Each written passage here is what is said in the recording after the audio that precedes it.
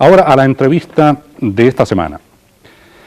En Nueva York conversamos con un hombre que durante los años de la Unidad Popular y anteriores llegó mucho al primer plano de la noticia como dirigente poblacional y de los cordones industriales, y que después del golpe militar fue uno de los 12 hombres más buscados del país.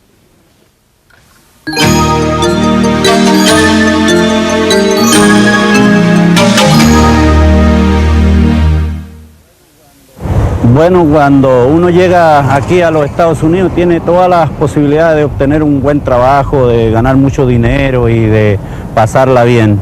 Sin embargo, cuando yo me dio por estudiar un poquito qué estaba pasando en las distintas comunidades, concluí que aquí en el sur del Bronx, donde hay los más grandes índices de hambre, de pobreza, de desamparado, de droga, de enfermedades del SIDA, etcétera, pues no me costó mucho en concluir de que este era un pequeño país subdesarrollado en medio del desarrollo del país más rico del mundo.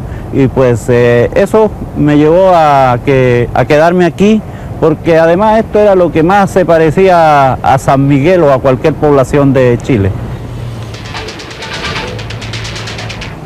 En ese edificio cuya apariencia exterior hasta cierto punto es engañosa, prácticamente destruido en su interior, vive y trabaja Víctor Toro, administrando junto a su esposa una peña chilena.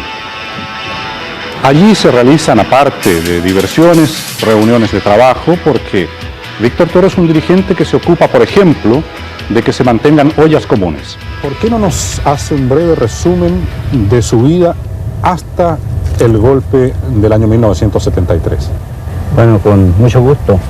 Yo nací en un pueblo del norte chico, al norte de La Serena, que se llama Punta Tiatino. Creo que hoy ni existe ese pequeño pueblo. En el 1942 nací yo.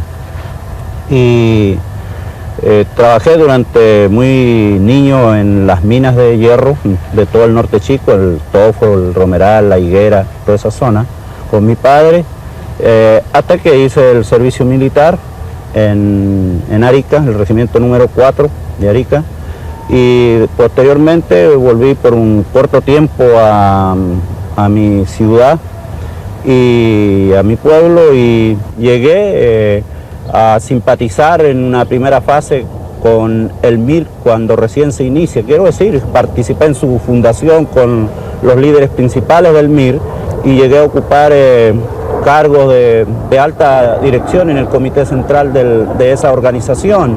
Entonces, cuando viene el golpe militar, soy considerado un dirigente peligroso para los intereses del régimen militar que se empezaba a imponer el 11 de septiembre de 1973.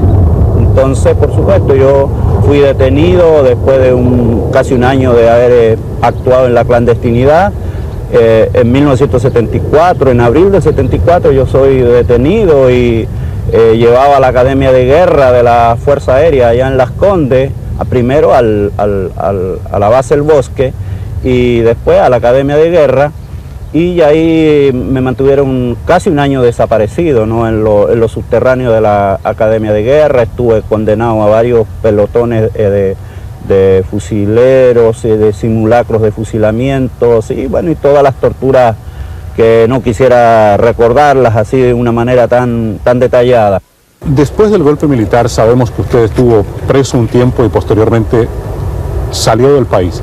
¿Podría darnos el itinerario de los países en que residió y cuánto tiempo antes de llegar aquí? Estuve casi 3 años en Cuba, saliendo y entrando. Posteriormente estuve en Nicaragua y México, que fue el país donde más viví. Y después de México fui invitado acá, pero no tenía visa, entonces tuve que hacerlo como lo hacen todos los mexicanos, pasando para acá, remangándose ahí en el río Bravo un poco y atravesando la frontera, y desde ese momento yo permanezco acá en los Estados Unidos. ¿Espalda mojada? A espalda mojada, como Joaquín Murieta también. Espalda mojada significa no tener documentos. ¿Cómo ha podido permanecer usted en este país? Bueno, espalda mojada significa la existencia de 30 millones de hispanoamericanos acá en los Estados Unidos, y yo como uno más de esa cantidad enorme de personas, pues puedo vivir y convivir aquí en esta ciudad y en este país. ¿Me quiere decir usted que todavía no tiene documentos? No, vivimos en una situación de transición, ¿no? Estamos realizando algún tipo de gestiones, pero no es nuestro problema principal. Vivimos 3 años y muchos años en la clandestinidad, en la lucha de nuestro país. ¿Cómo no vamos a vivir aquí donde pues la represión no es tan rígida como lo fue con Pinochet?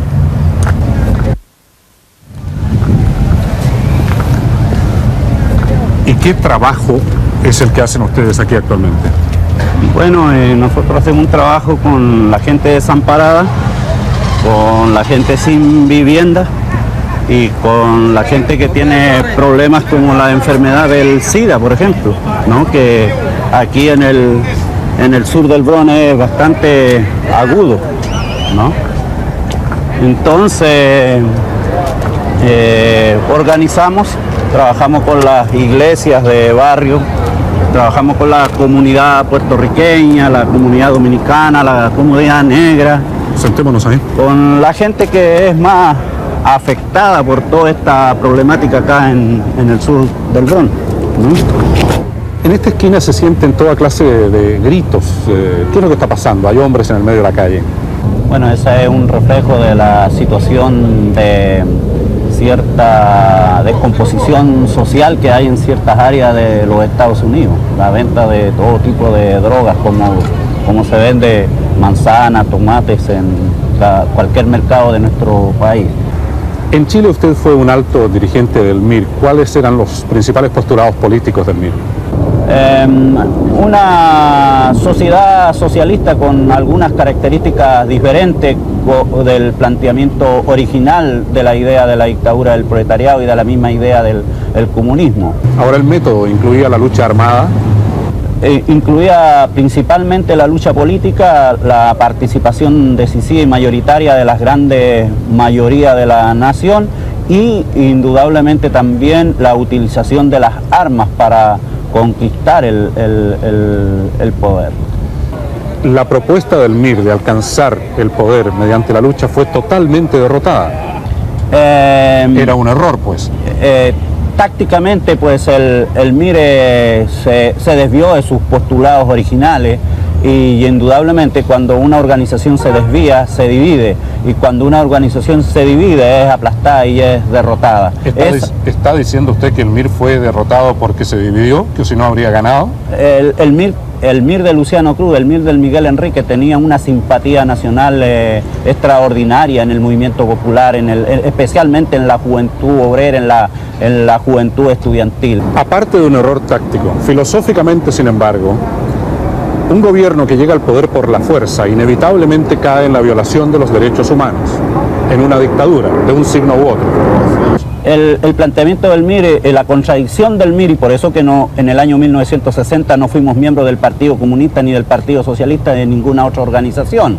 Yo soy un convencido que las ideas originales de Marx, del desarrollo de una sociedad científica basado en el desarrollo de la tecnología moderna, con la participación y la inteligencia de las masas de ahora, de los pueblos de ahora, es la única solución a la crisis que nosotros estamos viendo que vivimos en los Estados Unidos o que se vive en los países del este. Hoy el mundo está en la bancarrota, entonces las grandes mayorías nacionales están afectadas por esa doble crisis en todos los aspectos. Y mientras esas grandes mayorías no tomen conciencia, entonces alguien tendría que tomar las decisiones por ella, una cúpula política probablemente, y en último término usted. No, nosotros somos totalmente contrarios a la idea de una élite, de un caudillo, de una dictadura, sino que creemos en el autogobierno, en la autodeterminación, en la autodecisión, en que la organización representativa de la gran mayoría de las masas convertida en una especie de poder es la única solución para introducir los cambios que han presentado el desmoronamiento en los países del este y la crisis en los países capitalistas. Pero esa organización representativa de la gente existe hace mucho tiempo y se llama Parlamento. No, los parlamentos se han derrumbado junto con los regímenes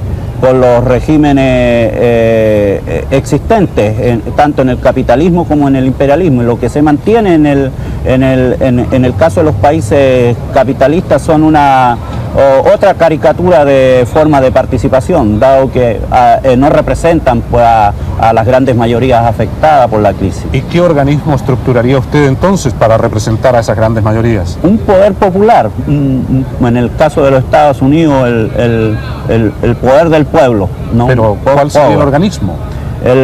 Una organización territorial, comunal, estructurada por todos los estratos sociales que viven en un territorio determinado. Solo esa forma de organización convertida en un Parlamento Nacional puede asumir la responsabilidad y enfrentar los problemas que la crisis les demanda. Muchas gracias. Víctor Toro continúa siendo un líder allí en ese barrio que usted presenció. Esa entrevista no habría sido posible si no fuese porque cuando se nos acercaron 2 o 3 veces durante el curso de la entrevista, amenazantes a preguntarnos qué estaban haciendo allí, él tuvo gesto y palabra para decir, está bien hermano, continúen. De todas maneras, recibimos la advertencia de no enfocar la cámara en ninguna dirección que no fuese la cara de nosotros dos.